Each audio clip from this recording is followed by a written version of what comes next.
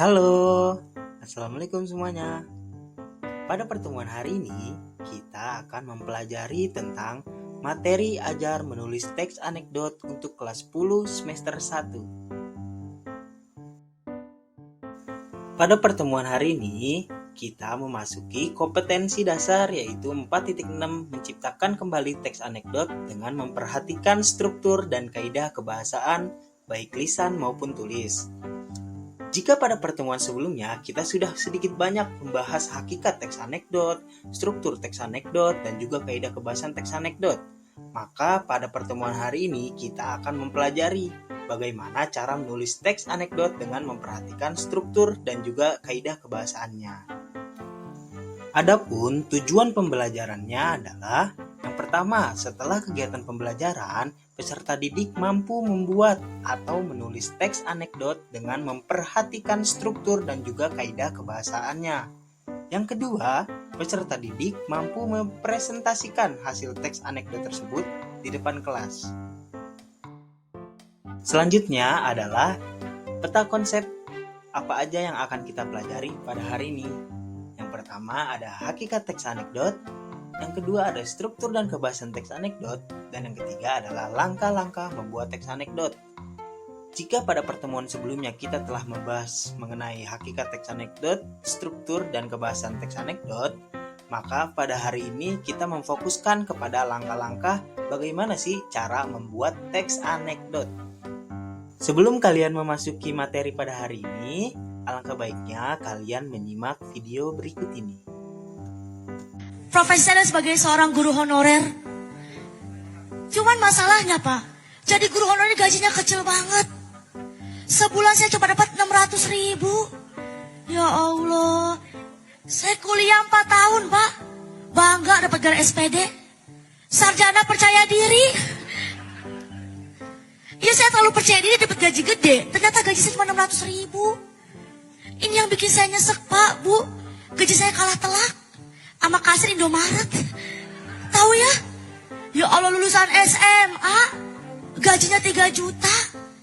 Padahal kerja cuma ngapain? Selamat datang di Indomaret. Boleh uang kembaliannya didonasikan untuk menambah gaji kami? Nah, bagaimana tentang video tadi? Jadi, diceritakan bahwa gaji seorang guru honorer itu lebih kecil dibandingkan dengan kasir Indomaret. Padahal kita semua tahu pekerjaan guru adalah pekerjaan paling mulia, yaitu mendidik anak bangsa supaya jadi anak yang bisa berguna bagi keluarga, lingkungan, dan juga negaranya. Dan pekerjaan guru itu harus menempuh pendidikan lebih dari SMA. Nah, tadi diceritakan bahwa pendidikan Kiki Saputri yaitu S1. Kenapa bisa ya gajinya itu lebih kecil daripada kasir Indomaret? Nah, jawabannya adalah jadi seseorang tersebut yaitu Kiki Saputri berkritik kepada audiens yaitu para wakil rakyat supaya gaji guru itu seharusnya lebih besar dan dihormati. Nah, video tersebut itu mengandung unsur kritikan-kritikan dan juga unsur humor. Kita bisa pastikan bahwa cerita tersebut adalah bagian dari teks anekdot. Nah, sebelumnya itu kan kita sudah belajar mengenai hakikat teks anekdot.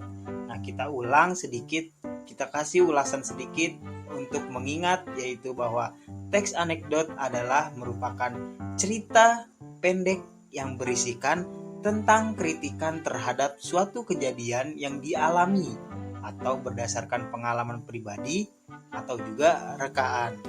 Nah, tetapi dicampur dengan unsur humor.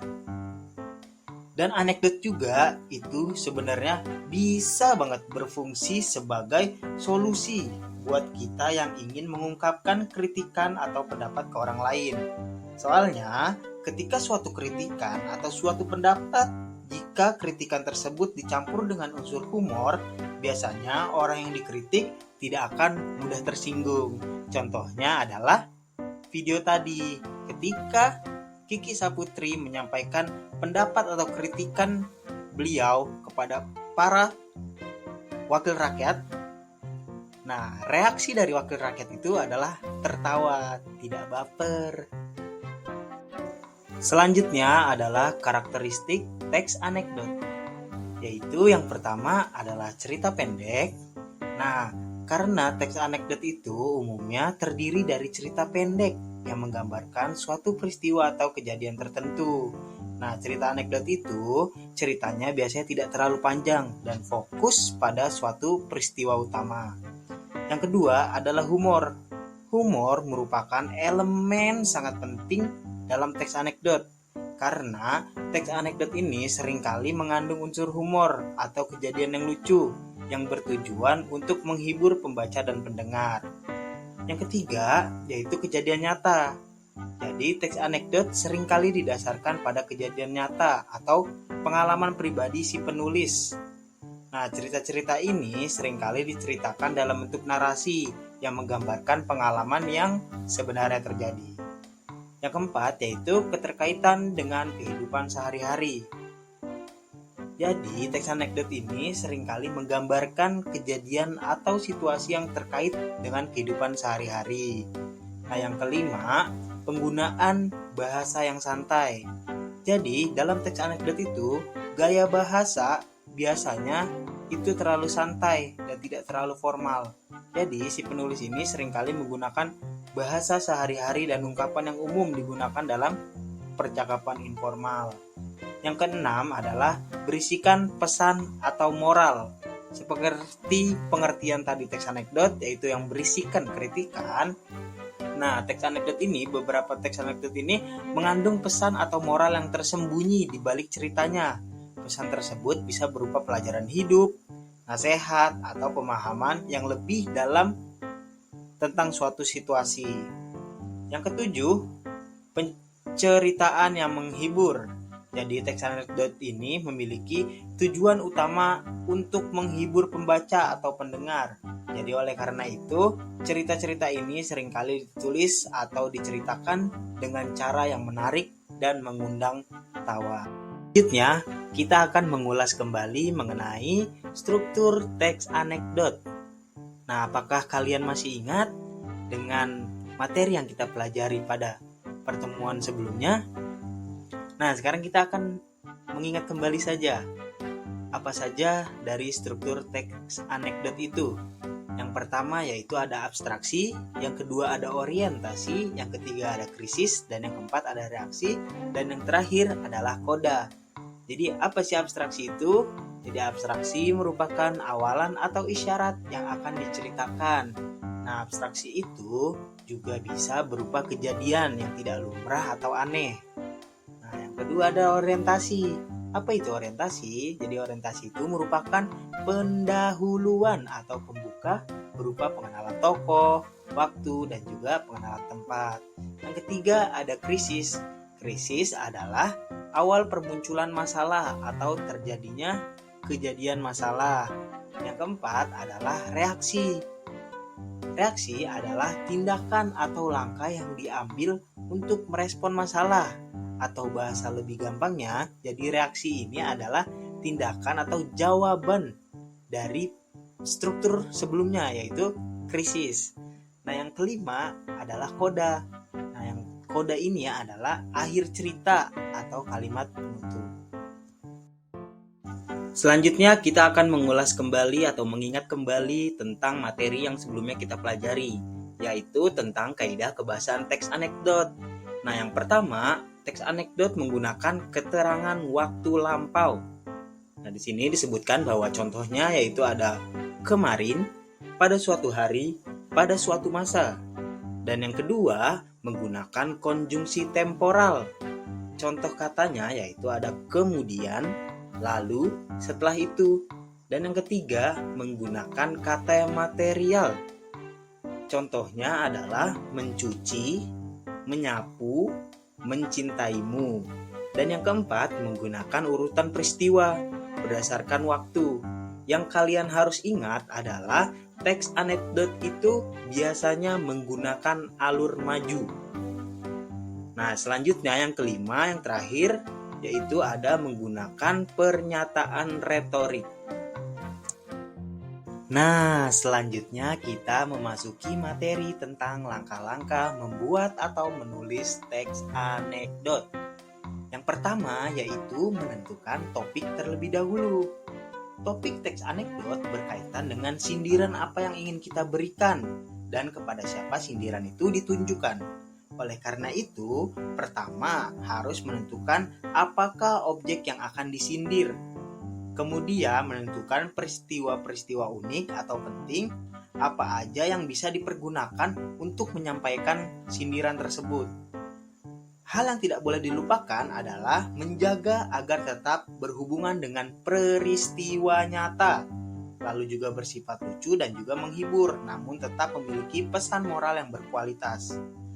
Langkah kedua dalam membuat teks anekdot adalah mengumpulkan bahan, yaitu bahan-bahan yang bisa kita kumpulkan, yaitu contohnya kayak pesan moral apa yang akan disampaikan, terus humor apa yang akan dipilih untuk menyampaikan pesan moral, terus kepada siapa pesan moral tersebut akan disampaikan, lalu buatlah agar cara penyampaiannya itu tetap lucu, tetapi mempunyai nilai pendidikan.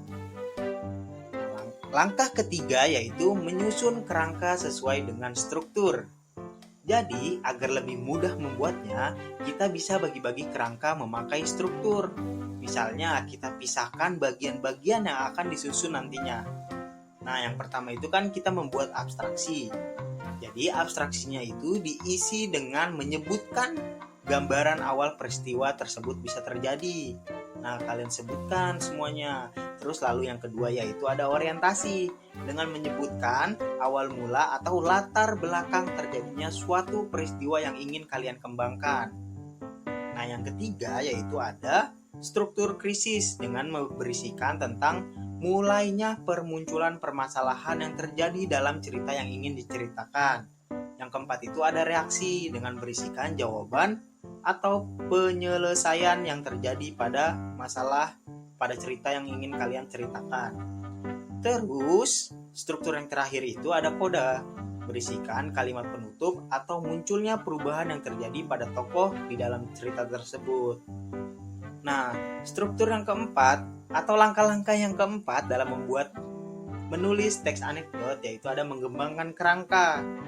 Nah, tadi kan kalian sudah membuat atau menyusun kerangka sesuai dengan struktur. Nah, dalam mengembangkan kerangka ini, kita bisa merapikan atau menggabungkan 5 struktur tadi yang telah kita buat menjadi satu cerita teks anekdot. Nah, langkah yang kelima adalah menyunting kembali teks yang sudah dibuat. Jadi, langkah terakhir dalam proses membuat teks anekdot adalah dengan cara penyuntingan menggunakan EYD. Jadi apakah teks anekdot itu tersebut sudah menggunakan EYD yang baik atau benar? Terus juga tentang penggunaan kata baku dan juga tidak baku. Telitilah penggunaan kata yang dipilih apakah sudah memenuhi kaidah kebakuan. Dan juga yang terakhir, penggunaan kalimat efektif, apakah teks anekdot tersebut yang disusun telah menggunakan kalimat efektif. Jika belum, ubahlah kalimat tersebut agar menjadi kalimat yang efektif. Berikut ini adalah contoh teks anekdot dalam kehidupan sehari-hari.